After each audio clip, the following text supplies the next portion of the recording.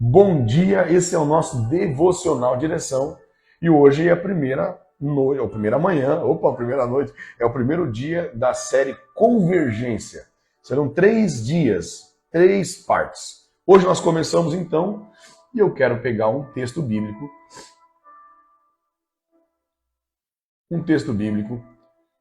para poder ter como referência para a gente começar então a nossa série. Você está com a Bíblia aí? Eu quero pegar aqui Efésios 3 e 20, um versículo apenas. Efésios 3 e 20. E vamos juntos ler esse texto. Se você tem uma Bíblia, abra aí, dá tempo de abrir. Vamos lá, um minutinho. Efésios 3 e 20. Quando você abre a Bíblia, aí você lê comigo para depois não dizer que foi eu que disse. Efésios 3 e 20. Aí diz assim, não, eu estava lá porque o pastor Ariel, porque o Ariel lá falou, né? Não é o Ariel que falou, é a Bíblia. Efésios 3 e 20. Olha o que diz o texto. Diz assim a palavra de Deus. Ora, aquele que é poderoso para fazer tudo muito mais abundantemente daquilo que pedimos ou pensamos, segundo o poder que em nós opera. Bom, o nosso Deus nos fez com uma capacidade dotada de vontade. Nós temos vontade. Por quê? Por que nós temos vontade? Por que Deus colocou em nós isso? Porque isso faz parte do livre acesso, do livre-arbítrio, da livre escolha. Nós precisaríamos necessariamente de vontade para poder ter escolha. Né? Então, como eu vou escolher uma coisa se eu não tenho opção de ter vontade de algo? Então Deus nos dotou de vontade. Vontade, desejos, anseios, querer. Nós temos vontade. E Deus nos faz isso com essa premissa de nos dar, então, um tempero, uma motivação para fazermos escolhas. O propósito é escolher. Tudo isso é uma forma de Deus nos empoderar e nos dar uma condição de livremente escolhê-lo, uma posição de livremente decidir. É claro que muitos ainda pregam o contrário disso. Há pessoas que estão o tempo todo dizendo que nós não temos livre-arbítrio, não temos vontade. Mas olha, o Jardim do Éden é a resposta para isso. Porque Deus faz um jardim com muitas opções, ou melhor, praticamente todas as opções de acerto, e uma apenas de erro. Uma porta de saída. Porque eu não consigo escolher amar se eu não puder rejeitar. Então, se Deus nos ama por escolha, por decisão, Ele espera que nós o amemos por escolha, por decisão. Porque senão, aquele jardim é uma prisão, né? Jardim sem porta de saída é prisão. Como é que eu vou fazer um jardim e vou fechar a cerca? Né? Já fiz essa pergunta outra vez, vou fazer de novo. Você tem certeza que o seu pet, seu cachorrinho te ama? Sim, ele me ama. Você tem certeza que o seu gatinho te ama? Sim, claro. Então por que você fecha a porta, fecha a grade? Por que você coloca a coleira? Por que você coloca limites no terreno? Porque, de fato, a gente ama o animal, mas ele não tem esse apego sentimental. Você sabe que o animal, por mais que ele tenha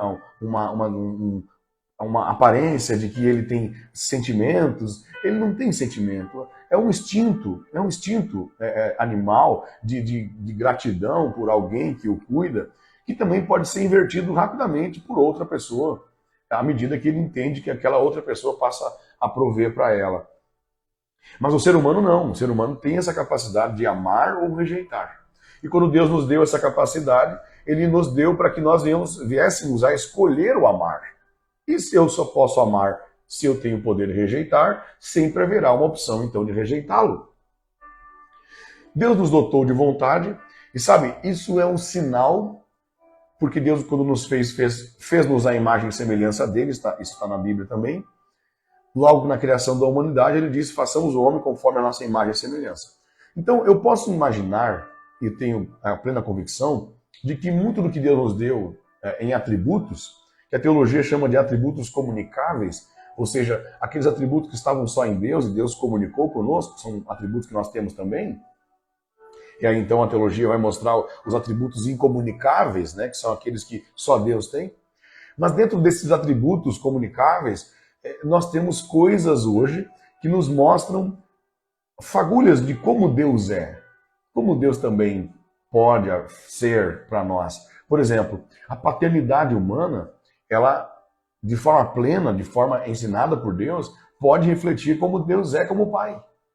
Olha que lindo, né? Alguém que pauta a sua paternidade na palavra de Deus, em Deus, ele vai refletir de fato o que Deus é como Pai.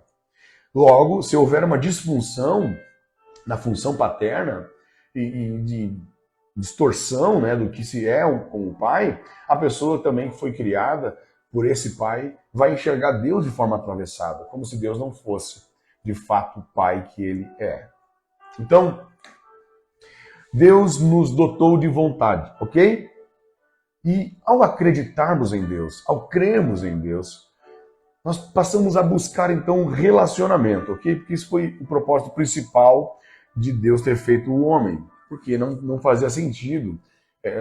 O homem não veio completar Deus, o homem não veio preencher Deus, o homem não veio encher um espaço que não existia. Né? Deus também não precisava do homem, né? Porque alguns eles acham de verdade que vieram para resolver o problema de Deus.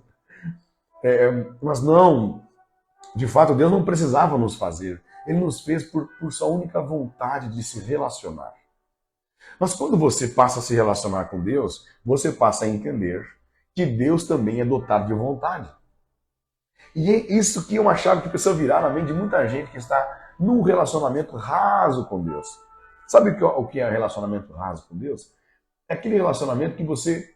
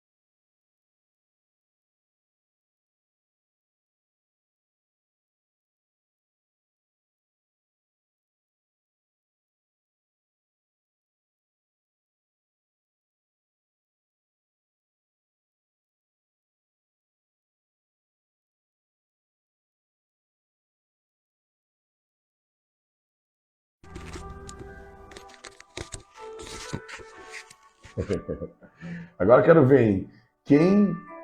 Quem pegou a última frase que eu disse antes do microfone acabar a bateria? Me ajuda aí, gente. Qual foi a última frase? Porque agora vai saber. Daqui a pouco eu tô aqui há meia hora falando.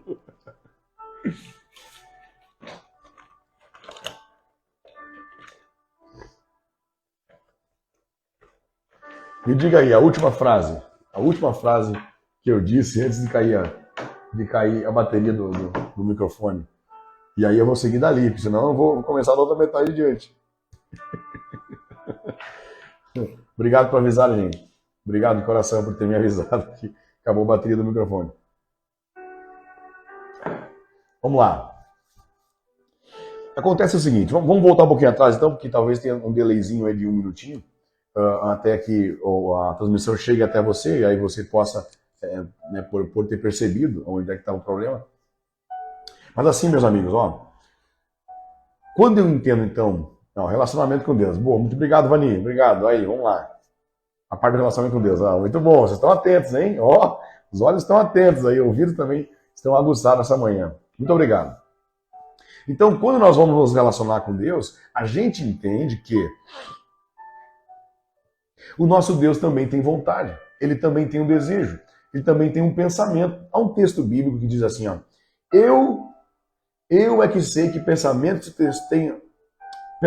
tenho sobre vós, para vos dar o fim que esperais.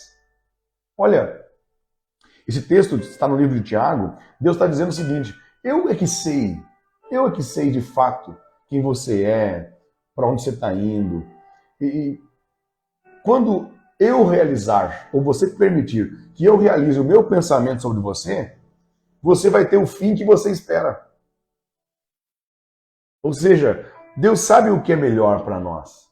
E a gente se relaciona com Deus só para tirar de Deus a realização de nossos sonhos humanos e carnais tão pequenos, tão efêmeros, perto do que Deus pensa, perto do que Deus deseja. Então, ao acreditar em Deus, ao crer nesse Deus, ao saber da sua existência, ao ter consciência que ele existe e ele não foi criado, mas ele é o criador de todas as coisas, sem ele nada do que foi feito se fez.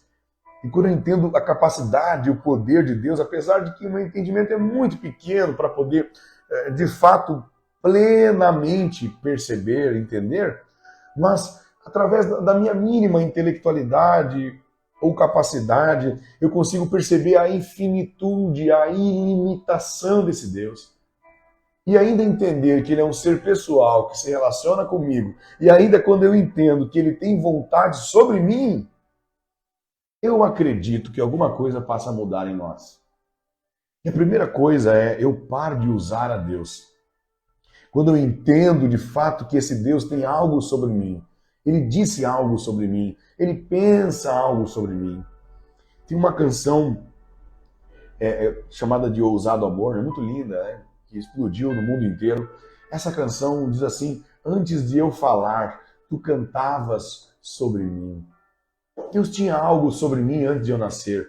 Quando Deus chama Jeremias, o profeta Jeremias, ele diz: antes que eu te formasse no ventre da sua mãe, eu te escolhi. Então, se Deus me escolheu antes, se ele falava sobre mim, se ele sabe o que eu sou e para onde eu vou, por que eu estou me relacionando com ele para dizer o que eu penso? Para dizer o que eu quero?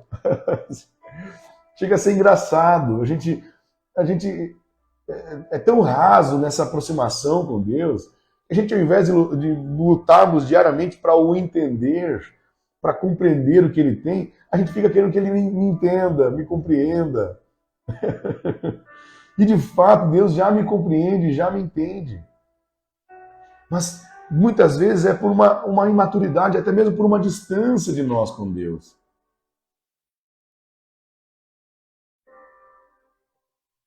Então, quando eu decido me relacionar com Deus, eu passo a desejar, então, conhecer o que Ele quer. Porque Deus tem vontade. Então, a vontade de Deus. Vamos falar sobre a vontade de Deus. Para chegar no ponto que Deus tem para nós nesses 3 dias, eu preciso falar sobre a vontade de Deus. A maioria das coisas que eu estou tentando criar ou construir já estão prontas. Essa é uma verdade para ser escrita no seu coração. A maioria das coisas que eu estou tentando criar, que eu estou buscando construir, que eu quero desvendar, fazer, já estão prontas.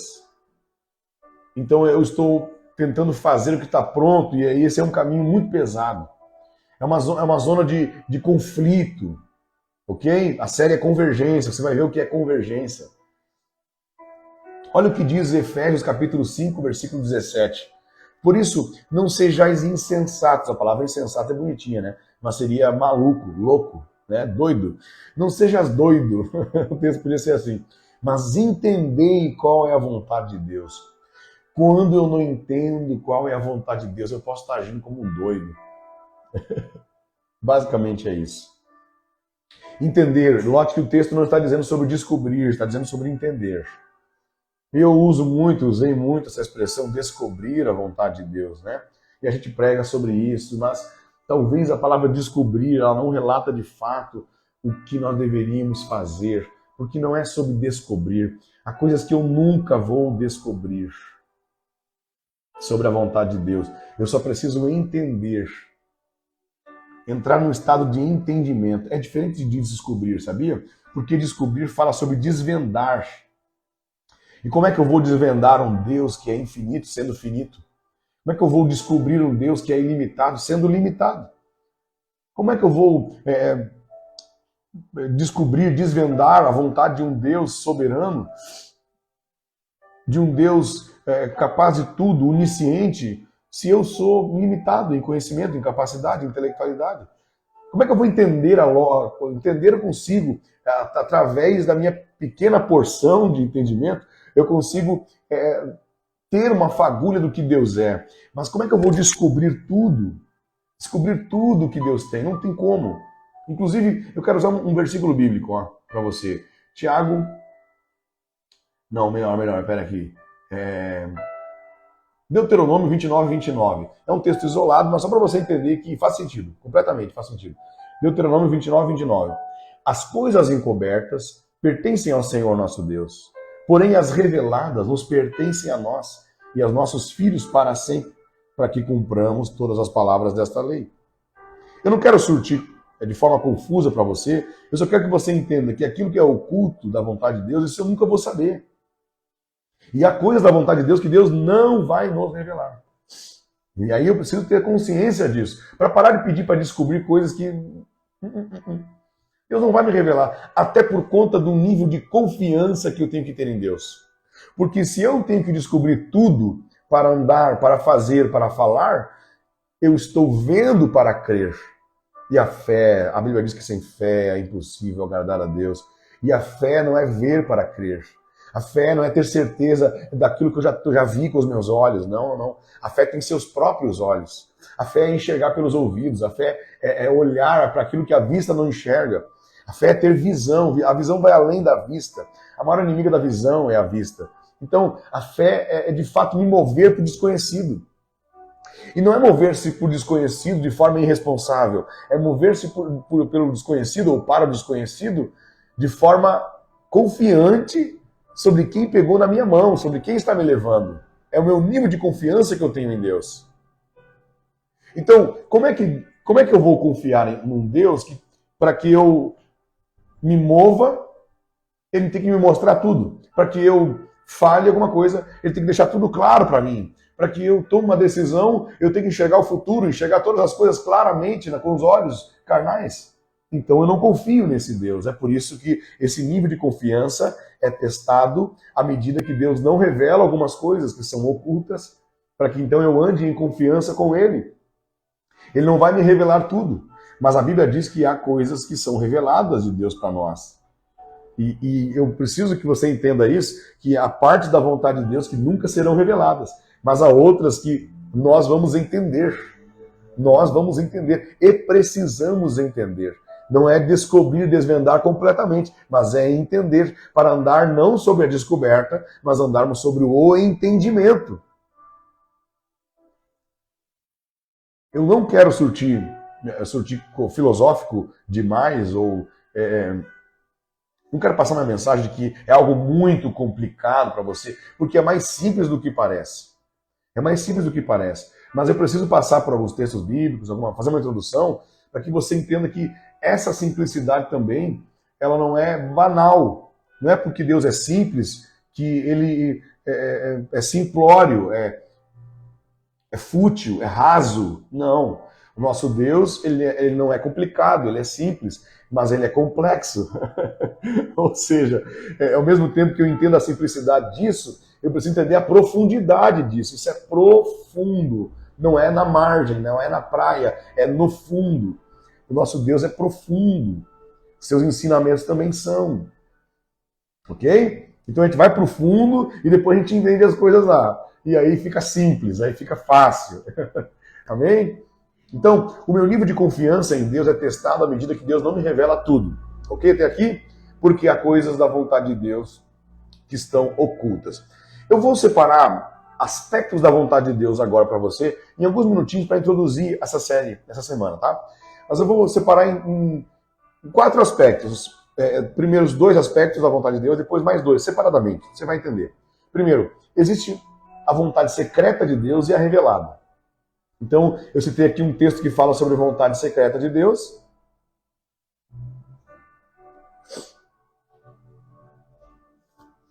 Vontade secreta de Deus é aquilo que está em oculto. Ou seja, o que está em oculto? Eu sei que Jesus vai vir arrebatar a igreja. Eu sei que vai acontecer o juízo final. Eu sei que no futuro acontecerá a grande tribulação. Acontecerá as 7 anos de bodas do Cordeiro. Eu sei muitas coisas sobre o Apocalipse. Eu sei, eu entendi isso. Mas há coisas desses assuntos apocalípticos que não nos foram revelados. Aí você vê muita gente discutindo. Primeiro, quando será? Como será? os detalhes. O reino milenar será na terra, será no céu. E aí a gente vai discutir aqui um monte. Mas você é pré-tribulacionista? Você é pós-tribulacionista? Você acredita que nós vamos passar por uma perseguição? Você não acredita? Quantos cavalos brancos terá? Ou seja, as pessoas querem saber os detalhes de tudo para poder se mover e crer nesse Deus. Mas não. Há coisas que realmente não vão ser reveladas. Porque isso nos tira o foco. Há pessoas que simplesmente estão discutindo quantos chifres tem a besta. E elas estão pecando no básico do andar com Cristo, na tarefa do dia. Sabe, alguns assuntos, alguns detalhes da vontade de Deus não nos são revelados porque de fato eu posso estar tentando lutar por um assunto que eu não tenho controle. Sabe, eu posso estar sentado com você agora discutindo os problemas da África, enquanto tem problemas na minha rua. Eu posso estar discutindo o problema das empresas da Indonésia, enquanto eu tenho um problema grave na minha empresa. Ou seja, eu posso estar falando sobre os casamentos poligâmicos da Índia, e ao invés de estar falando sobre como está o meu casamento. Alguns detalhes não são revelados de Deus para nós, porque isso são distrações do que nós realmente deveríamos entender, que diz respeito a nós.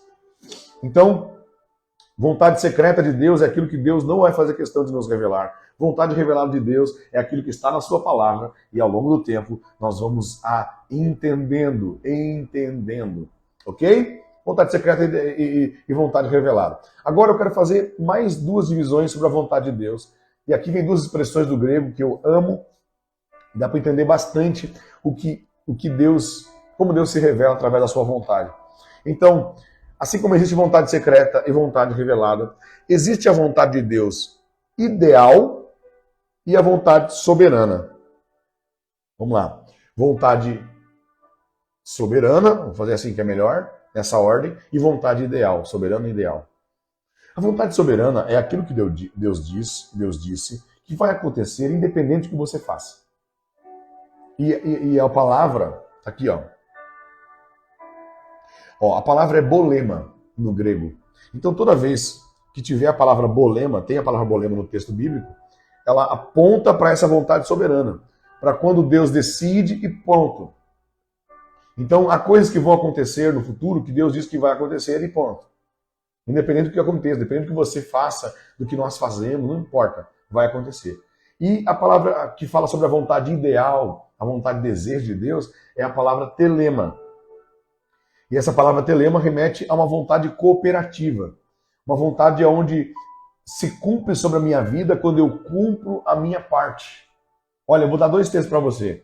Uma que reflete a vontade soberana e outra que reflete a vontade ideal. O texto que eu vou usar agora para refletir a vontade soberana de Deus está em Isaías 46:10. Olha, que anuncia o fim desde o princípio e desde a antiguidade as coisas que ainda não sucederam. Que digo, o meu conselho será firme e farei toda a minha vontade. Deus está dizendo, vou fazer toda essa vontade, todo esse desejo, ou melhor, todo esse decreto soberano da minha parte vai acontecer na terra com o passar do tempo, na hora certa, vai acontecer, ponto, é vontade soberana de Deus. Mas Romanos 12:2, o famoso texto do renovo da mente, do renovo do entendimento, Romanos 12:2 diz assim, não vos conforme com esse mundo, sede transformados pela renovação da vossa mente, para que experimenteis qual seja a boa, perfeita e agradável vontade de Deus. Olha, em Isaías não há pré-requisito para Deus cumprir a vontade. Ele diz, farei toda a minha vontade, ponto. Em Romanos ele diz, você não deve se conformar, você precisa ser transformado por renovação de entendimento, para que você possa experimentar. Ou seja, o texto está dizendo, há um pré-requisito. Para que você viva essa boa, perfeita e agradável vontade de Deus, há um requisito. Então essa é a vontade de Deus que depende, porque é uma vontade específica para você viver, é um desejo que Deus tem, um sonho que Deus tem sobre você, que depende da sua cooperação. Porque se você não cooperar, aquilo não se aplica a você. Eu sei que parece confuso, mas é mais simples do que parece. Há coisas que Deus determinou e vão acontecer. Há outras coisas que Deus deseja que você viva. E que se você não coopera, não irá acontecer. E agora eu preciso entender. Agora, essa multidão de informações Como é que eu faço agora? O que eu faço da minha vida? A questão é que, quando eu entendo, então, que Deus tem um desejo sobre mim, é sobre isso. É sobre telema, a palavra do grego. Sobre a vontade cooperativa de Deus. Ele pensa algo sobre mim. Ele sabe algo sobre mim. Ele sonha algo para mim. Você nunca pode sonhar com aquilo que nunca viu. Então, os nossos sonhos são do tamanho do alcance da nossa visão. Você não pode sonhar com aquilo que nunca viu. Os nossos sonhos são do alcance da nossa visão. Se você não sai do lugar, você não tem como sonhar diferente. Então, novos ambientes ampliam os meus horizontes, ok? Então, eu só consigo sonhar com aquilo que eu vejo ou ouvi. Ok. E se Deus tem sonhos sobre mim, como seriam esses sonhos?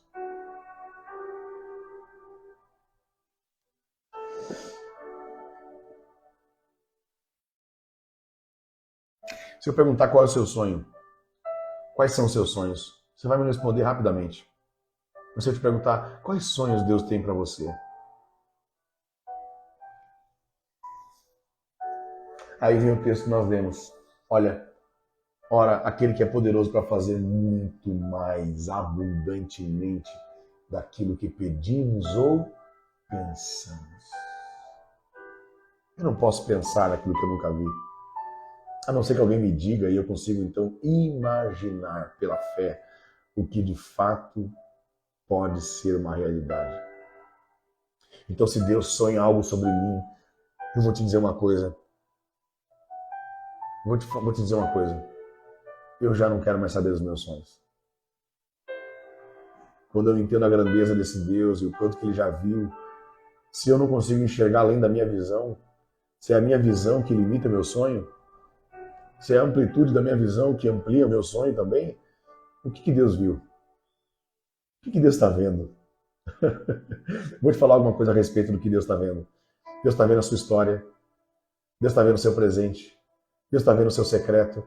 Deus está vendo o seu futuro.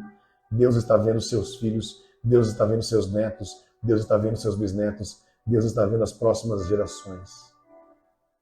E eu te pergunto, vale a pena se relacionar com esse Deus para tentar colocar nele os meus sonhos? Vale a pena chegar perto de Deus para usá-lo, para cumprir os meus desejos? Ou será que eu devo estar perdendo muita coisa? Quando eu me relaciono com esse Deus para tirar dele o que eu quero e não descubro o querer dele para mim, eu estou perdendo muita coisa. Aleluia. Eu estou jogando muita coisa fora porque os sonhos de Deus são maiores do que os meus. Escreva esse comentário. Escreva essa frase. O sonho, eu sei que é clichê, mas é clichê, eu já sei, então não escreve. Mas é para você que entende o quanto isso é importante ser cravado no seu coração. Escreva nos comentários, os sonhos de Deus são maiores do que os meus. Os sonhos de Deus são maiores do que os meus. Os sonhos de Deus são maiores do que os meus. Quando eu paro de acreditar nisso, eu estou ainda colocando os meus sonhos para Deus realizar. Mas quando isso é escrito no meu coração e se eu precisar repetir umas 150 vezes, e se você precisar hoje no seu dia dizer, ou melhor, faça isso agora, em alta voz aí. Em alta voz, escreva e diga, é didático, é pedagógico, diga, os sonhos de Deus são maiores do que os meus. Diga em alta voz, os sonhos de Deus são maiores do que os meus. Então, antes de você fazer a sua oração, antes de você dobrar o joelho para fazer uma listinha de sonhos para Deus, diga essa frase, os sonhos de Deus são maiores do que os meus. Quando eu entendo que os sonhos de Deus são maiores do que os meus, então eu preciso, ao invés de ficar pedindo, eu preciso me alinhar, me ajustar. E eu chamo isso de convergência. Convergência. Quando aquele meu desejo passa a ser o desejo de Deus e converge, e alinha, e ajusta. Convergência. Eu espero você amanhã. Tem muita coisa para dizer. E as horas já se foram. Em nome de Jesus, O meu desejo é que você viva todos os sonhos que Deus tem para você. E agora os nossos já não fazem mais sentido. Deus tem algo sobre você, disse algo sobre você, disse algo sobre a sua casa. Eu não vou ficar aqui falando bobagem na minha oração, pedindo coisa que eu desejo, porque eu só quero então entender o que Ele deseja. Quando eu entender o que Ele quer para mim, meu irmão, minha irmã, acontece um alinhamento do céu com a terra, convergência do céu com a terra, entre aquilo que Deus quer e o meu querer passa a ser como Ele também quer. Vamos orar. Pai, obrigado pela Tua palavra. Obrigado pela Tua palavra nesta manhã. Obrigado pela Tua presença. Obrigado porque o Senhor sempre cuida de nós e sempre tem algo a nos dizer. Pai, nós nos colocamos como bons filhos que aprendem com o Pai, com a Tua palavra, Senhor. Nesse dia, Senhor, eu vou trazer a memória. Toda vez que eu for pedir alguma coisa, eu vou simplesmente lembrar que o Senhor tem algo maior para me dar. Então eu descanso nessa confiança. Eu também me lanço ao mesmo tempo para viver os teus sonhos. Cumpra em mim os teus sonhos. Eu não vou atrapalhar. Eu viverei os teus sonhos. A minha vida será para a tua glória. Hoje será mais um dia para a tua glória. Amém. Meu amigo, minha amiga, obrigado por ter ficado até o final. Espero ter abençoado a sua vida com essa palavra. Você acabou de assistir mais um episódio do Devocional Direção. Se você quer ser um participante desse projeto, curta, comente, compartilhe. Inscreva-se no canal aqui no YouTube. Também ative o sininho para você receber as notificações quando novos episódios forem lançados. Nos ajude a alcançar o máximo possível de pessoas com essa mensagem, porque se ela edificou a sua vida, pode edificar a vida de muito mais pessoas. Até o próximo episódio.